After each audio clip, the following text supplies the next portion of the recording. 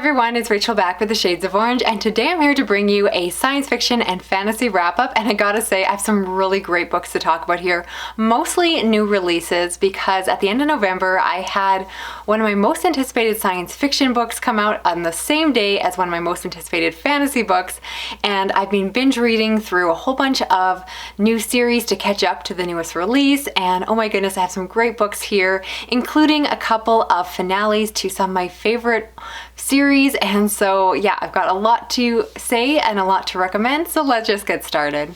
First, let's talk science fiction as we do, and I read Leviathan Falls by James S.A. Corey, which is the 9th and final book in the Expanse series. I'm going to keep this all completely spoiler-free, but if you want some spoilery discussion, I have done a video review on it, so links down below and in the cards. Here I'm going to say that this is an epic space opera series that I have read and loved for years, and so I was definitely anticipating the ending of it. And I will say that for the most part, I was happy with it.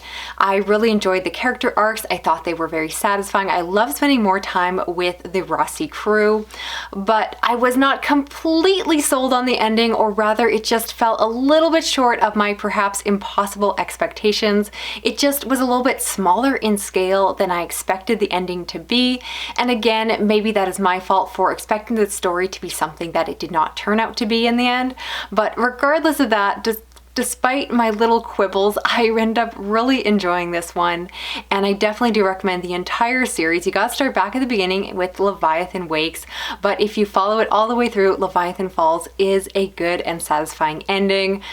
I gotta say, it left me with a huge reading slump. I tried to pick up several books afterwards and had to put them down. I tried to read other space opera books and just nothing else was comparing to it or was at least as good as it. So yeah, it definitely left me with a bit of a reading slump, and it took me a while to get back into my reading groove from there. Then, sticking with science fiction, I want to talk about Fortuna by Kristyn Merbeth, as well as its sequels Memoria and Discordia.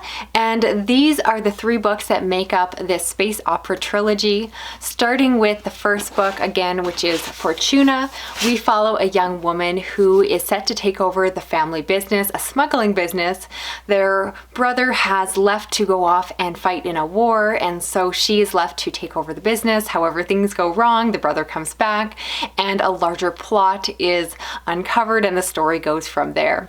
This was a really fun science fiction series to read. I ended up binge reading all 3 books. I have to say thank you to Orbit Books for sending the trilogy so I could catch up, and it was very entertaining. I will say that the main characters felt a little bit immature, at least in the first book, but as I continued on with the trilogy, I'm happy to say that they grew up a lot and definitely matured as the situation required that of them. But I will say that compared to something like The Expanse, this one just feels a little bit smaller in scale, or at least the stakes are a little bit less important.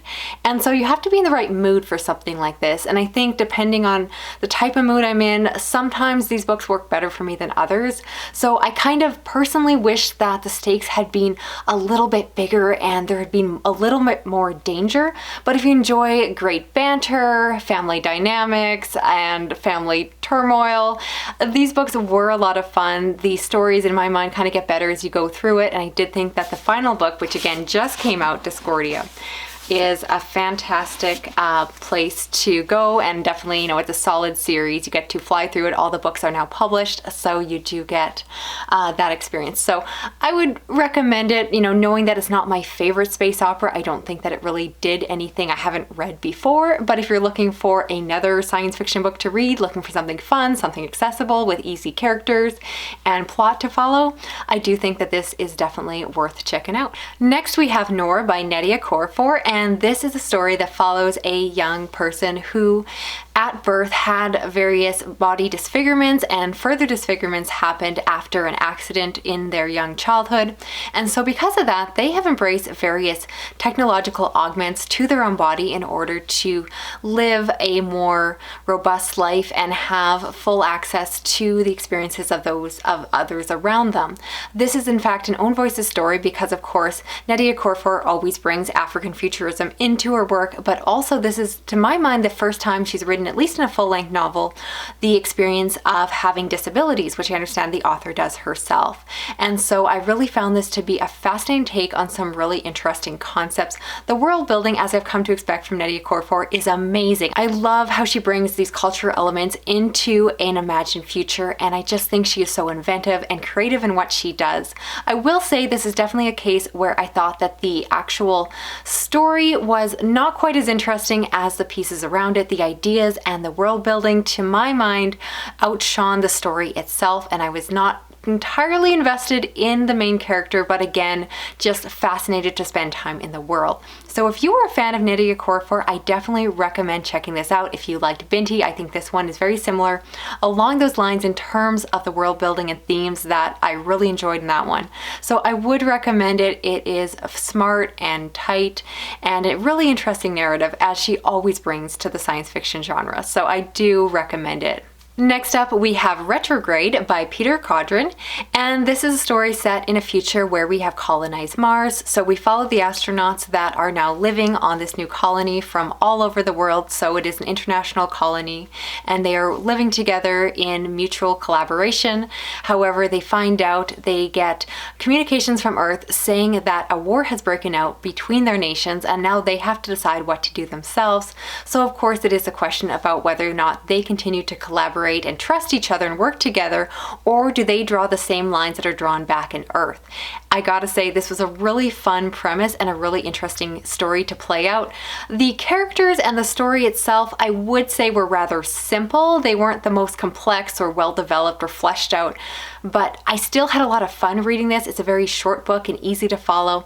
And what I did like or appreciate a lot about it is, to my understanding, the science in this book is very accurate. They actually had a SpaceX engineer write an afterword to this book talking about the accuracy in here. So as a layperson myself, I always appreciate when an author takes the time to do their research in order to bring some information to the audience like myself and hopefully give me a chance to learn something new. So I thought the story was well done, but like I said, it's not the best novel I've ever read, but at the same time, it was entertaining and hopefully, you know, kind of shed some more light for me onto what an imagined future might look like if we were to colonize Mars, which is something I would love to see in the future. Now, switching over to fantasy, I have to talk about this most anticipated release, and that is Jade Legacy by Fonda.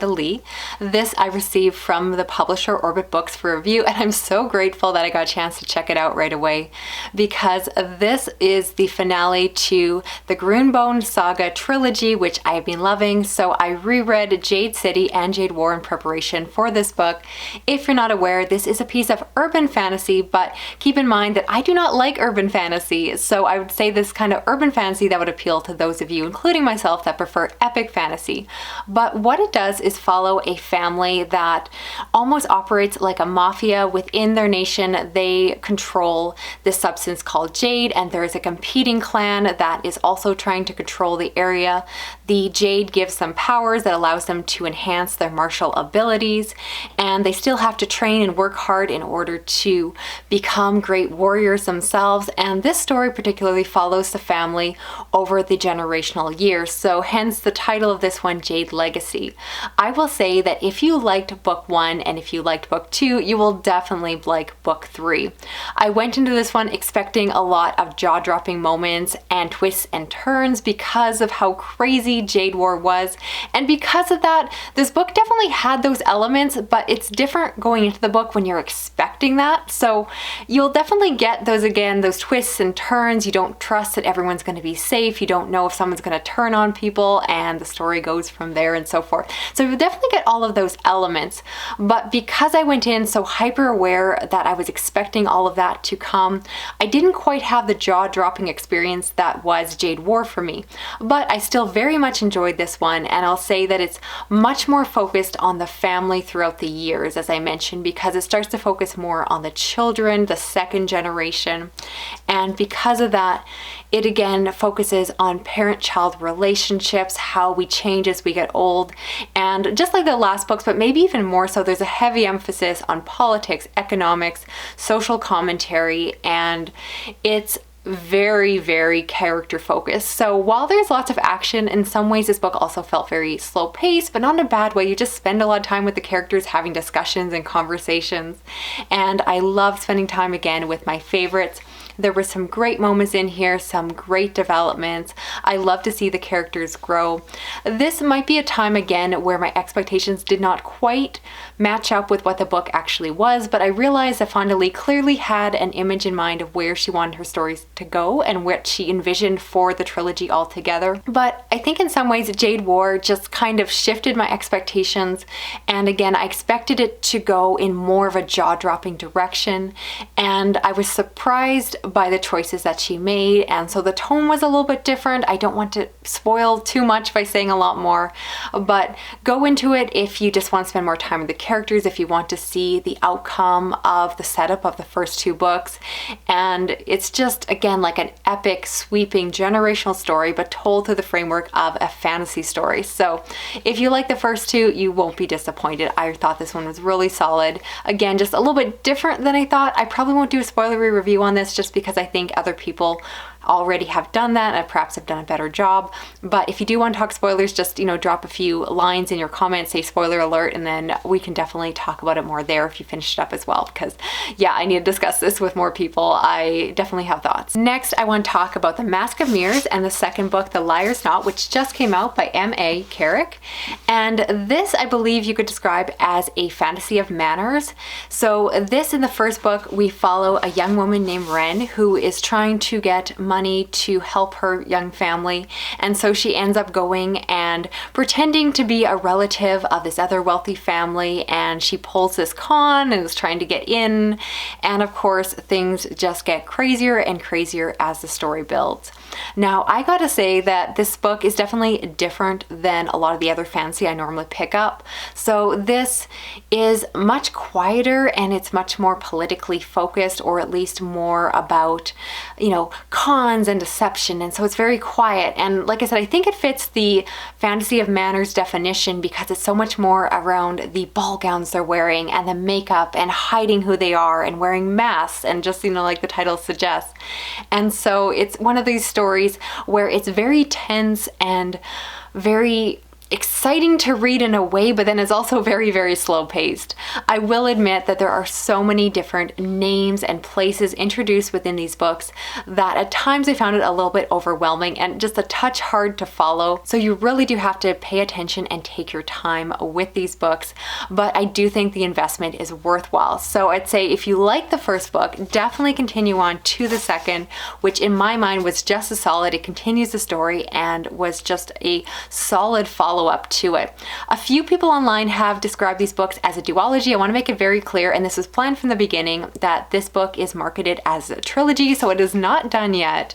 And I'm really looking forward to reading the last one. Before it comes out, I would like to reread the first two, because while I liked these books, I will say that I didn't feel like I picked up everything the first time around. And again, because there's so much to follow, it's almost overwhelming, at least for me as someone who, again, reads a bit more science fiction than fantasy. But I have a feeling that the second time I read this, I'm going to love it even more. So I'm really excited for that reread. I kind of just want to reread them right now, if I'm honest, but I probably should get on to other review books. But yeah, if you're interested in picking these up, highly recommend it. If you read the first book and have not continued on, you definitely should. This book is just as good as the first, and now I'm dying for the third. But again, I kind of want to reread them first, so gotta get busy. Last, I want to talk about Spidertouch by Thomson. This is a book I received from Orbit Books for review.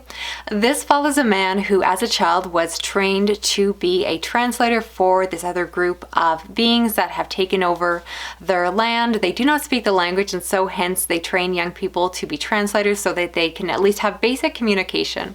The language, as the title suggests, involves touch. So it's not just simply like a sign language, but actually involving them tapping their fingers together, and it's very intricate. And the language itself was my favorite part of this book. I found it to be so fascinating.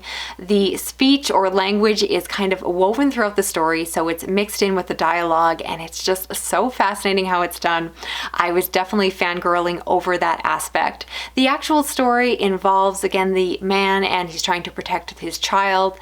And I will admit that the language ended up being a little bit more enticing than the story itself. I wasn't completely immersed in the story and did not care quite as much for the characters as I would like to admit. But again, the language was so cool. You kind of just have to try this book. I've never read a book that is so based around language, and the language itself was so unique that it just made for a really enjoyable experience. So again, if you're intrigued by that, if you're just looking, again, as I always say, for a fantasy book that's different, I am so tired of knights and kings and queens. This book was just what I was looking for, something just a little bit offbeat, something out of the blue, out of left field, and yeah, it was really cool. So while I didn't completely connect with the plot, I still really enjoyed spending time in this world, and I thought the author had some really creative ideas when it comes to that world building and the language, and yeah, just kind of geeked out about it a lot. So definitely recommend it if that sounds up your alley. So that is it for this video here. I would love to hear of the books I talked about, which ones are you planning on checking out for yourself? As well, I would love to hear if you've already read them. Please share your spoilery thoughts down below, as long as you give a good spoiler warning at the top of your comment. If you're new to my channel, please consider subscribing. I do read a lot of new releases for not just science fiction fantasy, but also horror and thrillers. And you can help me out by giving this video a thumbs up, sharing it around online, and if you hit that little notification bell, you'll never miss another video from me. Thanks so much for watching. I'll talk to you again soon. Okay, bye-bye.